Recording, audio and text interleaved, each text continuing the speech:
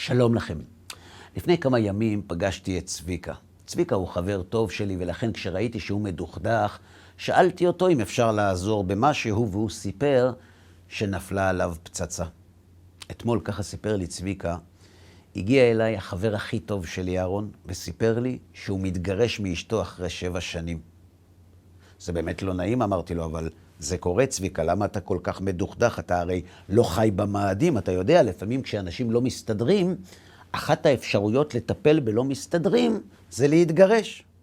אלא שצביקה לא השתכנע בכלל. אהרון, הוא אמר לי, תפסיק להיות ציני, זה החבר הכי טוב שלי, אתה יודע כמה בכיתי אתמול? מה זה לא מסתדרים? שילכו לייעוץ, ככה מפרקים בית, וחוץ מזה, אהרון, הוא אמר, אני מכיר אותם כמו אחים, הייתי אצלם בבית כל כך הרבה פעמים, הייתה להם זוגיות מופלאה, אהרון, היה כבוד, הייתה אהבה.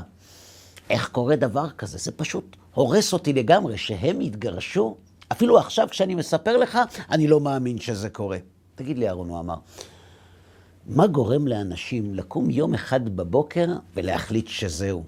וחוץ מזה, אהרון, אם אתה צודק, מי מבטיח שלא זה לא יקרה? אתה יודע איך זה לחיות כל החיים עם הרגשה שהחיים שלך תלויים על בלימה? אתה יודע מה, אהרון? מזל שכבר התחתנתי. אם לא הייתי מתחתן, יש סיכוי סביר שאירוע כזה היה גורם לי לאבד אמון בזוגיות.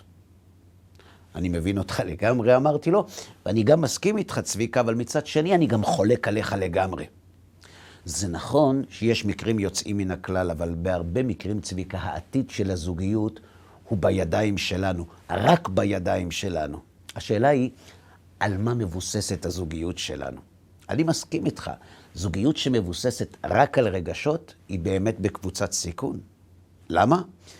כי כשההחלטה להתחתן מבוססת על התאהבות, היא יכולה להיעלם בדיוק כמו שהיא הופיעה. ושלא תבין לא נכון, אמרתי לו, אני האחרון שיזלזל באהבה, אני דווקא מאוד בעד, אהבה מוסיפה על הזוגיות הרבה צבע, הרבה עניין, הרבה יופי, אבל אם היא מבוססת רק על זה, זה מסוכן מאוד. אבל אני לא מבין, אהרון, אמר לי צביקה, למה אתה הולך נגד הזרם? הרי בכל העולם האהבה היא הבסיס לזוגיות. אתה מכיר עוד משהו שהזוגיות יכולה להתבסס עליו חוץ מאהבה ורגשות? אם לא אהבה ורגשות, אהרון, אז למה להתחתן בכלל? בטח שיש, אמרתי לו. זה כתוב במפורש בפרשת השבוע. בפרשת כי תצא, התורה מלמדת על אשת יפת תואר. בלי להיכנס לסוגיה יותר מדי לעומק, מדובר על אדם שיצא למלחמה ופגש שם אישה שמצאה חן בעיניו והוא רוצה להתחתן איתה. אלא שלמרות שהתורה מתירה לו להתחתן איתה, היא גם מציבה לו תנאים, וכך כתוב בפסוק. והביאתה אל תוך ביתך וגילחה את ראשה ועשתה את ציפורניה והסירה את סמלת שביה מעליה וישבה בביתך ובכתה את אביה ואת אמה ירח ימים, ואחרי כן תבוא אליה ובעלתה והייתה לך לאישה. אלא שכאן, צביקה, עולה שאלה. אם התורה מתירה ללוחם לקחת לו לאישה אשת יפת תואר, אז בשביל מה כל ההגבלות האלה? בשביל מה לחכות? אם זה בסדר, אז בסדר, ואם לא, אז גם אחרי חודש זה לא בסדר. על זה בדיוק כותב רש"י. ולקחת לך לאישה, לא דיברה תורה אלא כנגד יצר הרע. כלומר, התורה מבינה שללוחם יהיה קשה להתגבר על היצר, ולכן היא מתירה לו. הבעיה, צביקה, שהדברים של רש"י, לא רק שלא עונים על השאלות הקודמות, הם מוסיפים עליהם עוד אחת. תגיד לי, צביקה, ממתי התורה מתחשבת ביצר הרע? אם היצר הרע הוא מרכיב שצריך להתחשב בו, אז יש אולי עוד כמה עבירות שצריך להתיר? והתשובה פשוטה. בפרשת יפת תואר, התורה מלמדת אותנו איך זוגיות יכולה להצליח, וגם איך היא נכשלת. בפרשת אשת יפת תואר, התורה מלמדת שהבסיס לזוגיות הוא זה שיקבע את ההצלחה או את הכישלון שלה. בפרשת כי תצא, התורה מסבירה שיש 2 אפשרויות לגשת לקשר הזוגי. אפשר לגשת אליו מתוך מחשבה מה אני מרוויח ממנו, אבל אפשר גם לגשת אליו מתוך מחשבה מה אני תורם לו. מי שמתחתן, צביקה, מתוך חשבון של מה אני מקבל מהזוגיות, הוא יישאר מחויב לה מבחינה רגשית כל עוד הוא מרוויח, כל עוד המניע לזוגיות קיים, אבל ברגע שהמניע הרגשי ייעלם, גם אם הוא יישאר נשוי, הוא יהיה גרוש רגשית. לעומת זאת, צביקה, מי שמתחתן בגלל שהוא מוצא משמעות רוחנית ולהיות נותן, והרצון שלו באהבה וביופי, הוא רק כדי להפוך את הנתינה לקצת יותר קלה. אדם כזה לא יהיה נתון לשינויי מזג האוויר הרגשיים. אדם כזה יישאר נאמן לזוגיות, גם אם יהיו ימים פחות טובים. למה? כי הסיבה שהניעה אותו להתחתן לא נעלמה. הוא הרי התחתן כי הוא מוצא בזוגיות משמעות רוחנית, כי הוא הרי רוצה לתת, ולתת נותנים, צביקה, גם בימים שהאהבה פורחת, וגם בימים שפחות. לכן התורה מלמדת אותנו את מצוות אשת יפת תואר. התורה לא אוסרת להתחתן בגלל התאהבות ממבט ראשון, היא רק מספרת לנו שזה מאוד מסוכן, שזה כנראה לא יחזיק לאורך זמן. לכן מצד אחד היא מתירה ללוחם להתחתן עם אשת יפת תואר, ומצד שני היא מעכבת אותו. למה? כדי ללמד אותו מה הסיבה האמיתית שבגללה צריך להתחתן. בפרשת השבוע התורה מלמדת שפגישה במלחמה יכולה לעורר תאווה או אולי גם רגשות, אבל אם המטרה היא להעניק, זו לא זוגיות אמיתית. לכן היא מצווה על הלוחם להמתין ולתת לאהובתו לבכות חודש שלם. למה?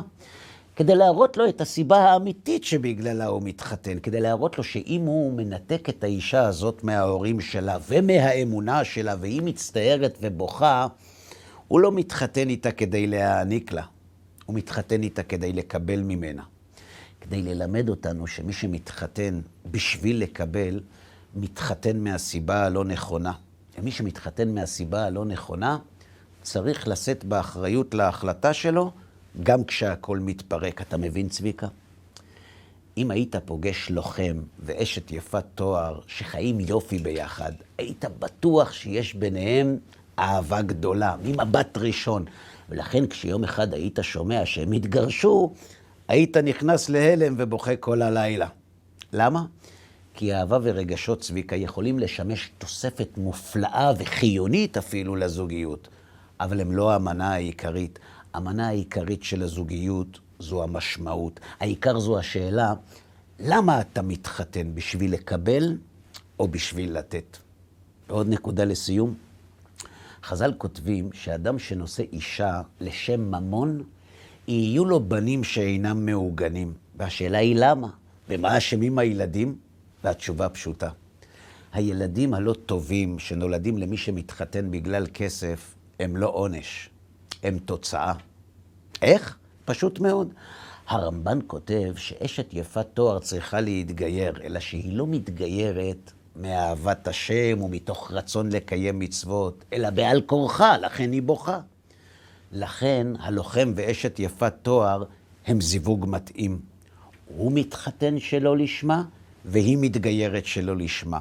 הוא מתחתן מהסיבה הלא נכונה, והיא מתגיירת מהסיבה הלא נכונה. וכששני הדברים החשובים האלה נעשים לא נכון, איזו דוגמה יקבל הילד? חשבתם פעם מה מרגיש ילד שיודע שאבא שלו התחתן עם אמא שלו בגלל כסף?